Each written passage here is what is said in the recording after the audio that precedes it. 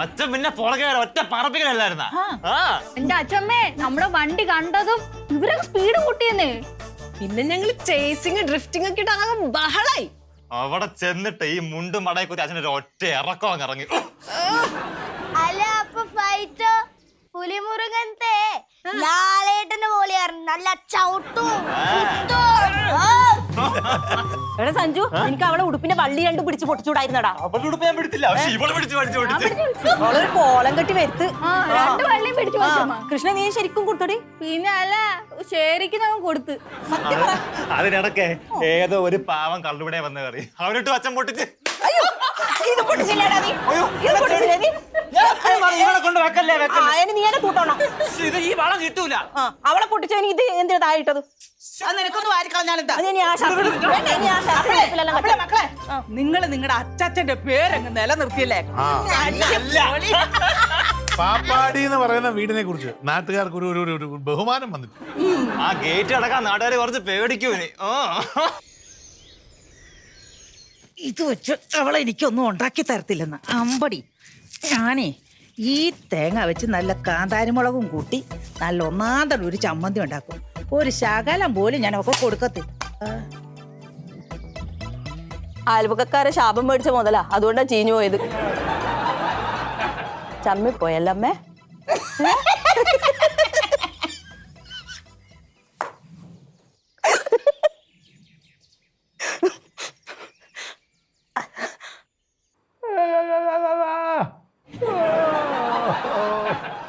ഡോക്ടറെ അടുത്ത് പോയിട്ട് എന്ത് പറഞ്ഞു?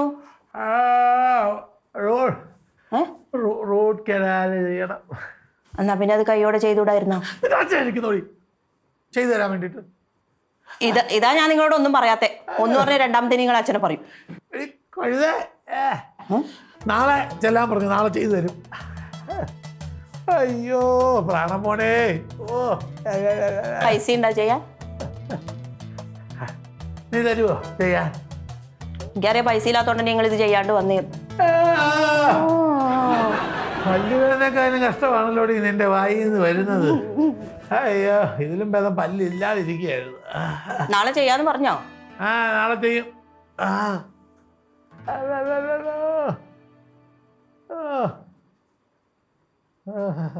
നിന്റെ പല്ലുവേന എങ്ങനെയുണ്ടോ മക്കളെ? നല്ല സുഖമുണ്ട്. പല്ലുവേന വന്നിട്ടുണ്ടോ അമ്മയ്ക്ക്? അനുഭവിക്കണം. നല്ല സുഖമാ. എടാ ദേ ഇങ്ങോട്ട് നോക്കിയോ, ഒരൊറ്റ പല്ല് കേടില്ല. അത് വെപ്പല്ലേ? ആര് പറഞ്ഞു? ഇതിന്റെ ഒറിജിനൽ പല്ല. അതെ, പല്ലുവേദന വരാതിരിക്കാനേ പല്ല് നന്നായിട്ട് തേക്കണമായിരുന്നു. ഇവൻ ചെറുപ്പത്തിലും തേക്കൂലായിരുന്നടി. അതിപ്പോഴും ഇല്ലല്ലോ അല്ലേ?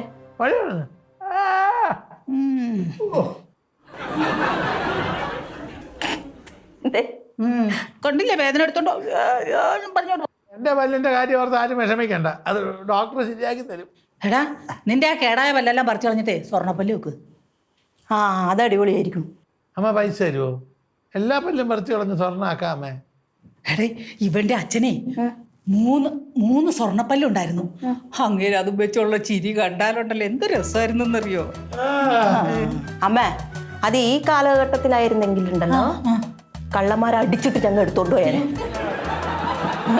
ഞാനുണ്ടല്ലോ നിങ്ങൾക്ക് ചൂടുള്ള കഞ്ഞി എടുത്തിട്ട് വരെ. എന്റെ ചെരുപ്പ്. എടാ അവള് നിന്റെ അച്ഛനെ പറ്റി പറഞ്ഞത് കേട്ടോ, എന്നിട്ട് മിണ്ടാതിരിക്കുന്നു മരമോടൻ. എടുത്തിട്ട് വയ്യ. അല്ലെങ്കിൽ നീ അങ്ങ് മലമറിച്ചാന്. ഇത് കൊള്ളാടാ നിന്നെ.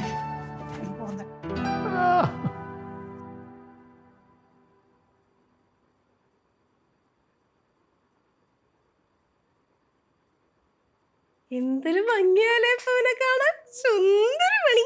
സുന്ദരിയാ? നിന്റെ പേരേ അപ്പുണ്ണീന്ന് മാറ്റിയിട്ട് ചിന്താമണിന്നോ രാധാമണിന്നോ ആക്കണം. എന്നാലേ ഇനി മുതൽ ചേച്ചീന്റെ പേര് കൃഷ്ണന് വേണ്ട, ഗോപാല കൃഷ്ണ എന്നാക്കാം. ഒരു മീശ കൂടി വരച്ചാ മതി. എന്നാലും സ്വഭാവം ആൺകുട്ടികളെ പോലെ തന്നെയാണല്ലോ. കിളിക്കുന്നത് നോക്കടാ.